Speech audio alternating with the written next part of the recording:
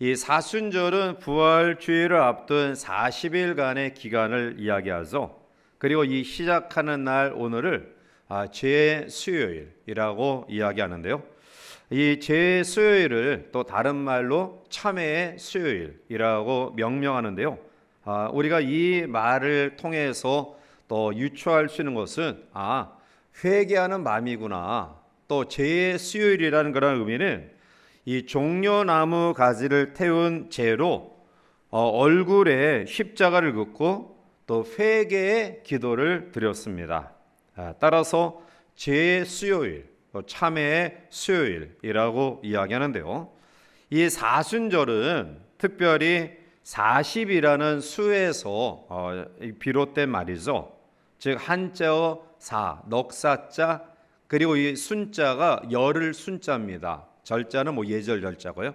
그래서 열흘이 네 번이 지속된다. 그래서 10 곱하기 4, 40일, 사순절 그런 의미인데요. 특별히 이 40이라는 말은 성경에 굉장히 다양한 의미를 가지고 우리에게 보여주고 있죠. 즉 예수님이 금식하신 날수가 40일이에요. 모세가 시내산에 올라서 계명을 받은 그런 날도 40일이죠. 또한 예수님이 십자가에 달려 돌아가시고 그리고 무덤에 안치된 이후에 부활하실 때까지 시간이 40시간이었고요. 그리고 우리가 잘 아는 이스라엘 민족이 출애굽한 이후에 광야 생활이 바로 40년이죠. 자, 이와 같이 이 성경에서 이 40이라는 그러한 숫자는 굉장한 의미를 가지고 있는데요. 특별히 사순절에 우리가 꼭 기억해야 될 것은 이 사순절 기간 가운데는 예수님의 고난과 그리고 십자가의 죽음과 그리고 다시 사신 이 부활을 우리가 마음속에 품으며 보내는 기간이다라는 거죠. 결국 이 사순절 기간은 하나님 앞에 이 예수님의 고난을 묵상하면서 절제하고 또 경건한 삶을 살아가는 기간이에요. 그래서 초대 이 교회 이후에 4세기경부터는 이 사순절 기간에는 하루에 한 끼씩만 먹으며 나머지는 금식을 했어요. 그리고 한 끼 먹는 그 식사도 이 고기, 육류를 금하며 이제 금식을 했는데요. 이것은 우리에게 어떤 절제와 경건의 삶을 살아가는 그러한 기간이다라는 거죠. 자, 오늘 제수요일 또 참회 수요일을 통해 사순절을 출발하면서 오늘 말씀 속에 예수님의 죽음의 의미와 그리고 나의 죽음과의 연관성을 살펴오면서 또 함께 은혜를 나누고자 하는데요. 먼저 예수님의 죽음을 우리가 같이 한번 살펴보고자 합니다. 자, 예수님이 이 땅에 오신 목적은 오늘 본문 45절에 잘 말씀하고 있죠. 자, 이 45절 말씀을 함께 읽겠습니다. 인자가 온 것은 섬김을 받으려 함이 아니라 도리어 섬기려 하고 자기 목숨을 많은 사람의 대속물로 주려 함이니라. 아멘. 자, 예수님이 이 땅에 오신 목적을 섬기러 오셨다. 그리고 많은 사람의 대속물로 자기 목숨을 주기 위해 오셨다. 즉 예수님은 죽으시기 위하여 이 세상에 오셨습니다. 그리고 이 죽음을 통해 우리에게 생명을 주신 것이죠. 자, 그러면 오늘 우리에게 있어서 죽음은 뭔가, 그리고 죽음에 대한 성도의 생각은 과연 어떠한 것인가를 살펴보겠는데요. 자, 우리가 어렵고 힘든 일이 있을 때마다 죽겠다든지 죽고 싶다든지 그런 이야기를 하셔요.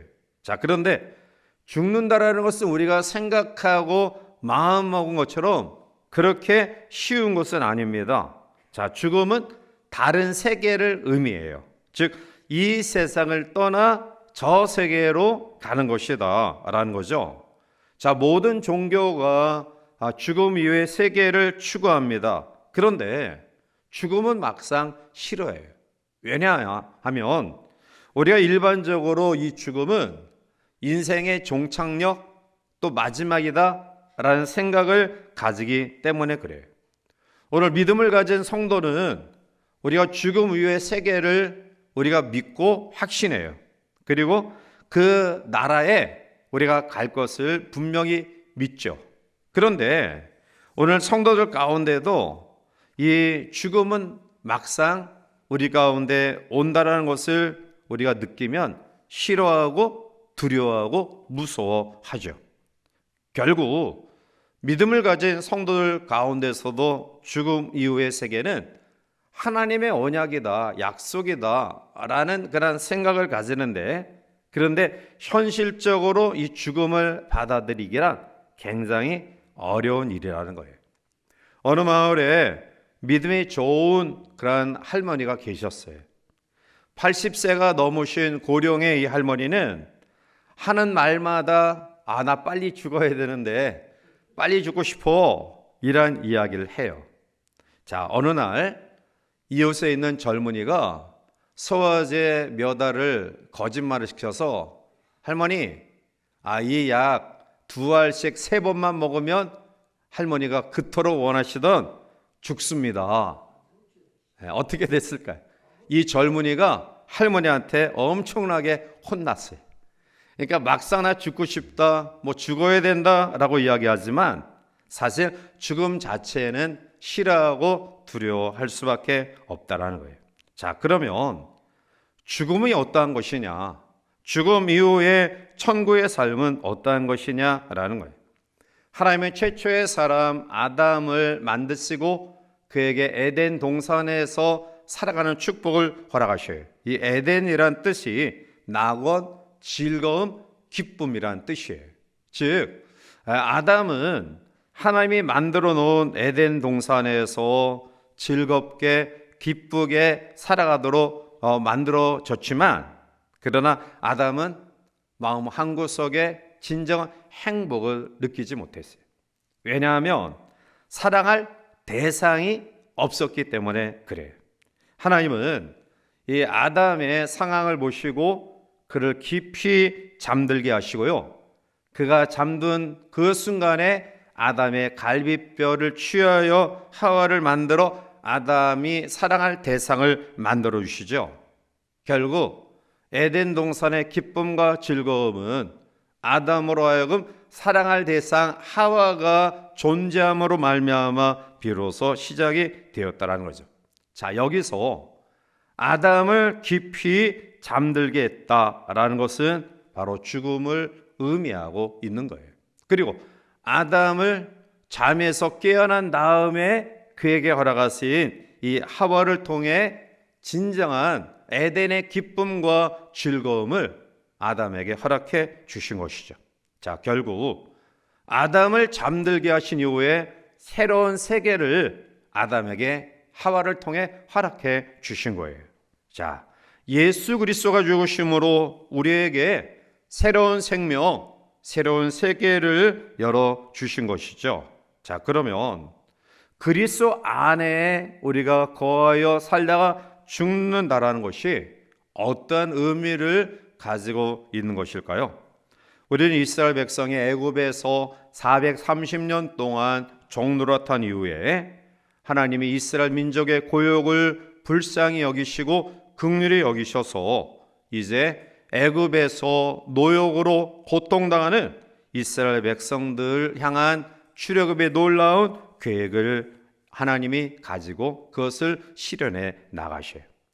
이제 9가지 재앙 가운데 전혀 꿈쩍도 하지 않았던 완악한 바로의 마음이 마지막 장자 재앙을 통해 바로가 항복하게 되죠.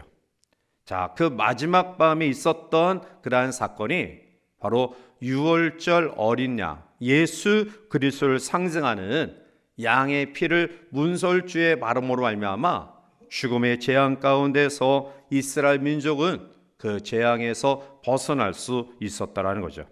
자, 결국 이것은 이스라엘 민족의 출애굽의 이 사건을 통해 주시는 교훈은 바로 그들은 출애굽한 그 순간에 이미 죽은 사람들이다라는 거예요. 어린 양의 보혈을 통해 그들은 장자의 죽음 가운데서 다시 살아나는 놀라운 역사를 경험했지만 사실 그들은 출애굽의 그 과정 속에 마지막 날 그 밤 그들은 죽은 것이에요. 무엇을 죽었다라고 이야기할 수 있을까요?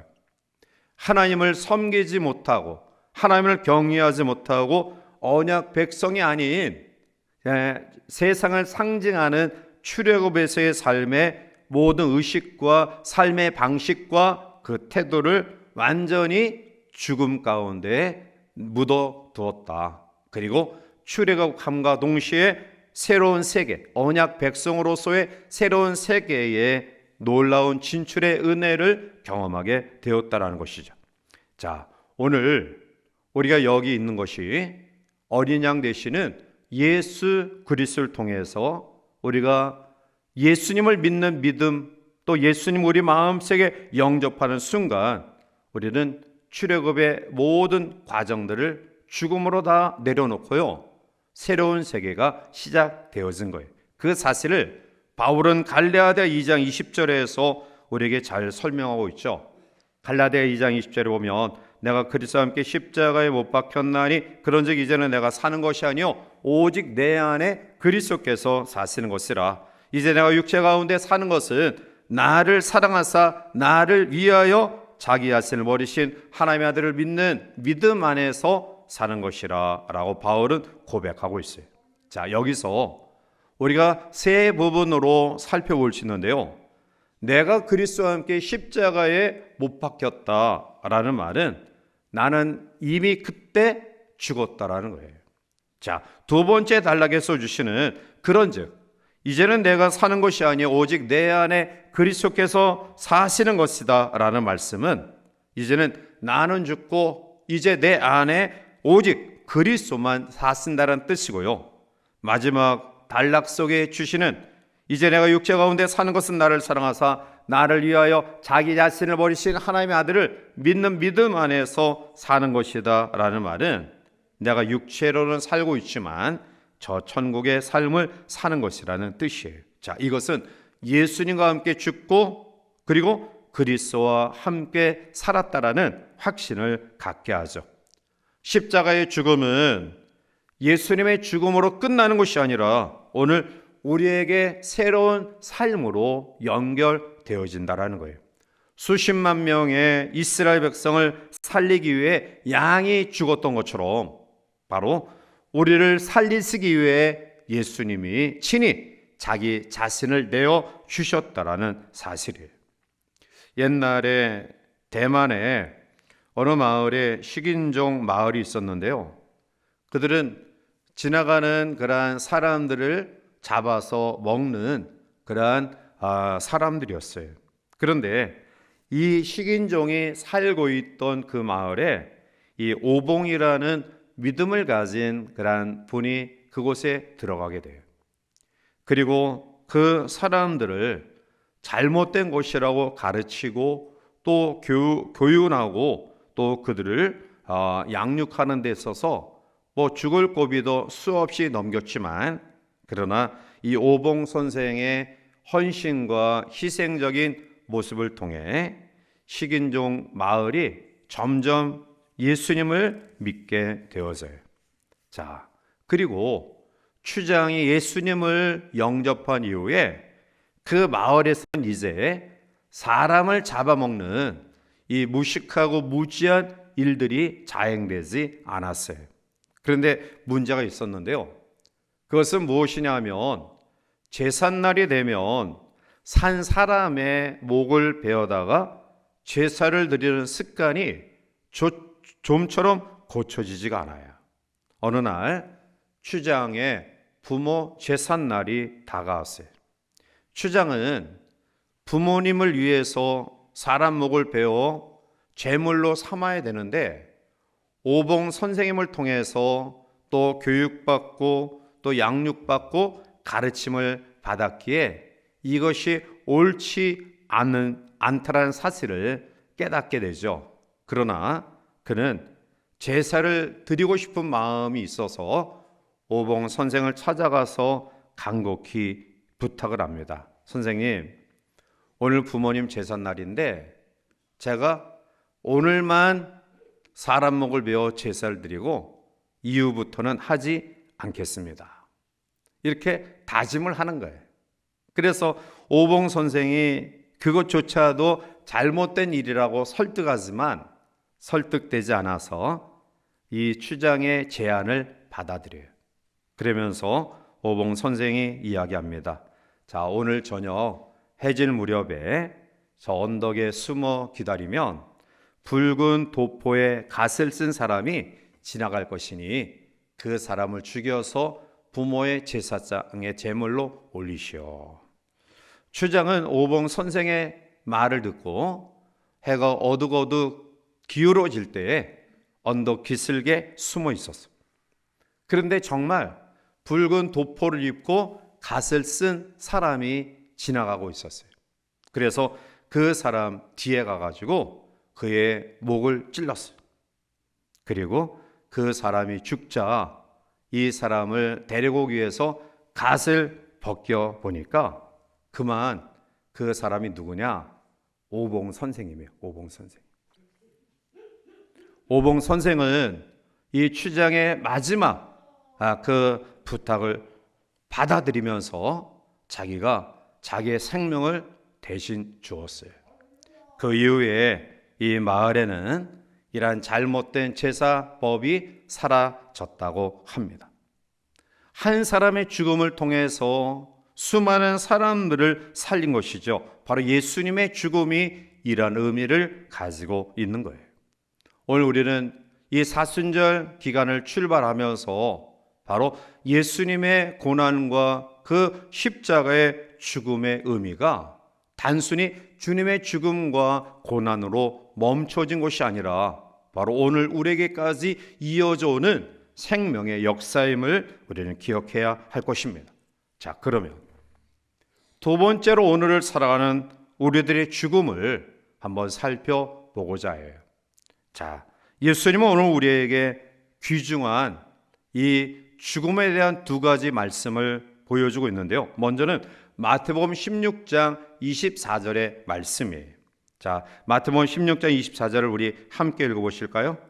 이에 예수께서 제자들에게 이르시되 누구든지 나를 따라오려거든 자기를 부인하고 자기 십자가를 지고 나를 따를 것이니라. 아멘. 자, 여기서 예수님이 부탁하는 말씀 속에 자기를 부인하라, 자기 십자가를 지라 라는 의미는 한마디로 죽음을 의미하죠. 죽어야 주님을 따를 수 있다는 거죠. 죽어야 제자가 될 수 있고요. 죽어야 성도가 될 수 있다는 거예요. 두 번째로 주시는 교훈의 말씀은 요한복음 12장 24절의 말씀이에요. 자, 요한복음 12장 24절을 함께 읽겠습니다. 내가 진실로 진실로 너에게 이르노니 하늘의 밀이 땅에 떨어져 죽지 아니하면 하늘 그대로 있고 죽으면 많은 열매를 맺느니라. 자, 여기서 죽음에 대해서 이야기하면서 그 죽음의 결과까지 말씀하고 있어요. 죽으면 많은 열매를 맺는다라는 거예요. 즉 나의 희생을 통해 많은 열매를 맺는다라고 이야기하고 있죠. 바울은 고린도서 4장 10절 이후에 이렇게 우리에게 권면하고 있습니다. 우리가 항상 예수의 죽음을 몸에 짊어짐은 예수의 생명이 또한 우리 몸에 나타나게 하려 함이라. 우리 살아있는 자가 항상 예수를 위하여 죽음에 넘겨짐은 예수의 생명이 또한 우리 죽을 육체에 나타나게 하려 함이라. 그런즉 사망은 우리 안에서 역사하고 생명은 너희 안에서 하느니라. 아멘. 이 말씀을 간략하게 설명해 드리면 우리가 많이 죽을수록 다른 사람이 많이 생명을 얻게 된다라는 말씀이에요. 이스라엘 민족이 홍해를 건널 때의 사건과 그리고 요단강을 건널 때의 사건이 좀 차이가 있어요. 즉 홍해를 건넜을 때의 사건은 모세가 그의 지팡이, 하나님의 지팡이를 홍해를 가리켰을 때 물이 갈라졌어요. 홍해가 갈라졌어요. 자, 그런데 요단강이 갈라진 사건은 어떠한 일이 먼저 선행되어졌냐면 법궤를 맨 제사장들이 요단강에 발을 디딜 때 요단강이 갈라졌어요. 자, 무엇을 의미할까요? 즉 제사장, 법궤를 맨 제사장이 요단강의 물에 발을 담글 때 갈라졌다는 것은 제사장의 죽음을 각오한 희생이에요. 결국 제사장이 법궤를 메고 강 중앙에 섰을 때 요단강이 쫙 갈라졌고요. 그리고 제사장이 건넌 이후에 다시 요단강이 흐르기 시작했어요. 무엇을 이야기할까요? 제사장이 죽음을 각오하고 발을 내딛었을 때에 많은 사람이 살게 되어진 거예요. 내가 죽을수록 많은 사람들이 살게 되어진다. 그것이 주님이 우리에게 죽음 이후에 나타나는 결과에 대한 그러한 당부의 말씀이에요. 그렇습니다. 오늘날 교회가 욕을 먹고 또 세상 사람들에게 비난받는 이유는 세상 사람과 똑같은 삶의 형태를 가지고 있기 때문에 그래요. 자기 것 양보하지 않고요. 자기 것 손해볼 생각하지 않고요. 또 희생하지 아니하는 어떠한 결과를 추구하는 의식이 결국 세상 사람들로부터 비난과 비웃음을 받게 되고 있다는 거예요. 순교자의 피는 교회의 밑거름이라는 말이 있어요. 하나님의 복음이 흥황하고 그리고 더욱더 부흥했던 나라와 지역과 그리고 그 시대 속에서 공통점이 있죠. 그것은 바로 피 흘림의 순교의 희생이 있었다라는 거예요. 하나님의 복음이 바로 순수한 피복음이 아닌 다른 것과 합해지는 변절된 복음을 가지고 있으면 그 지역은 절대로 부흥과 변화를 경험할 수 없어요. 중국이 해방 이후에 선교사들이 들어갔을 때 처음에 50만 성도밖에 존재하지 않았다고 하죠. 자, 그런데 지금은 1억 명이 넘어요. 물론 삼자교회와 가정교회, 지하교회를 합한 그런 숫자지만 그러나 1억 명이 넘는 사람들이 지금 예수님을 구주로 믿고 있고요. 지금 중국 이 상황이 지난번에도 우리 선교사님들이나 또 우리 김상호 목사님이 말씀했듯이 본인들이 사역을 시작한 이후에 이 시진핑 이 정부의 기독교의 핍박이 그처럼 심한 적이 없었다라고 이야기해요. 그럼에도 불구하고 놀라운 사실은 삼자교회 지도자들, 삼자교회 성도들이 지금 가정교회로 몰려들고 있다는 거예요.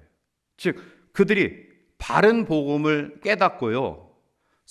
중국 정부가 인정하는 삼자교회에서 복음이 왜곡되고 변질된 그러한 것들에 대해서 그들이 알게 되고요. 이제는 가정교회, 지하교회, 오직 순수한 복음만을 가지고 전하는 지하교회로 오히려 이 핍박이 심함에도 불구하고 가정교회로 몰려들고 있다는 거죠. 옛날 로마 도미니안 황제 때에 기독교인들이 많은 박해를 받았어요.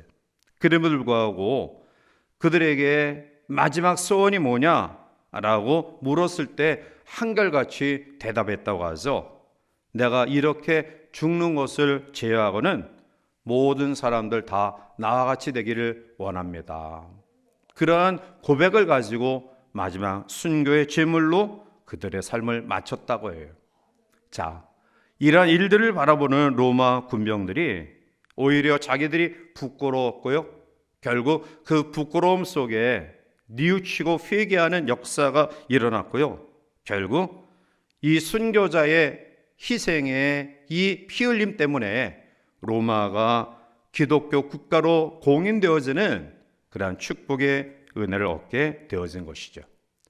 오늘 예수님의 죽음을 우리가 묵상하며 또 시작하는 사순절 기간 속에 오늘 우리들이 어떤 믿음의 결단을 가져야 될까요? 오늘 우리는 흔히 예수님을 믿고 내가 변화되면 다 됐다라고 생각해. 물론 그것도 굉장히 좋은 일이고요. 그리고 어려운 일이죠. 변화된다라는 것. 그런데 거기에 머물러서는 안 된다라는 거죠. 변화를 넘어 죽음까지 이르러야 된다라는 사실이에요. 오늘 예수님이 우리에게 말씀한 것처럼 땅에 떨어져 죽으면 많은 열매를 맺는다라는 말씀처럼 바울은 고린도전서 15장 31절에 이렇게 날마다 다짐하고 결단하죠. 형제들아, 내가 그리스도 예수 우리 주 안에서 가진 바 너희에 대한 나의 사랑을 두고 단언하오니 나는 날마다 죽노라. 아멘. 날마다 죽노라. 오늘 사순절을 출발하면서 다시 한번 간곡히 부탁을 드립니다. 예수님의 죽음을 통해 오늘 내가 살게 되었어요. 그리고 그 주님은 오늘 우리를 향하여 너희도 자기를 부인하고 십자가를 지는 죽음을 결단하라고 요구하셔요. 그리고 땅에 떨어져 죽으면 그 죽음이 헛된 것이 아니라 많은 열매로 나타난다라고 약속하고 계셔요. 따라서 저는 사순절을 출발하면서 오늘 우리의 마음속에 다시 한번 완전한 죽음을 결단하고 또 고백하는 귀한 기회가 되었으면 좋겠어요. 교회 내에서 벌어지는 대부분의 문제의 요인은 완전히 죽지 않아서 덜 죽어서 나타나는 문제들이에요. 완전히 죽어야 되는데 덜 죽어서 결국은 거기에서 문제가 파생되고요, 시끄럽고 또 여러 가지 문제가 확산되고 있어요. 다시 한번 오늘 이 밤 이곳에서 또 영상으로 예배하는 우리 모든 성도들에게 사순절 기간을 출발하면서 주님이 죽으심으로 내가 생명을 얻었다라는 놀라운 축복에 대한 감사와 그 주님이 나에게 죽음을 요구하고 있다는 사실을 깊이 기억하고요, 죽어져가는 과정은 쉽지 않지만 그러나 그 죽음은 결코 헛되지 않다, 많은 열매로 재생산의 놀라운 역사를 드러낸다라는 사실을 확신하고요, 오늘 우리의 마음속에 이전보다 한 가지 더 죽는 결단, 이전보다 내가 더 하나 죽음의 결단을 하는 아름다운 기간이 되어서 오늘 우리를 통해 하나님의 놀라운 열매가 가정과 교회 공동체 우리의 삶 속에 드러나는 복된 사순절 기간이 되시기를 주님의 이름으로 간절히 축원해 드립니다.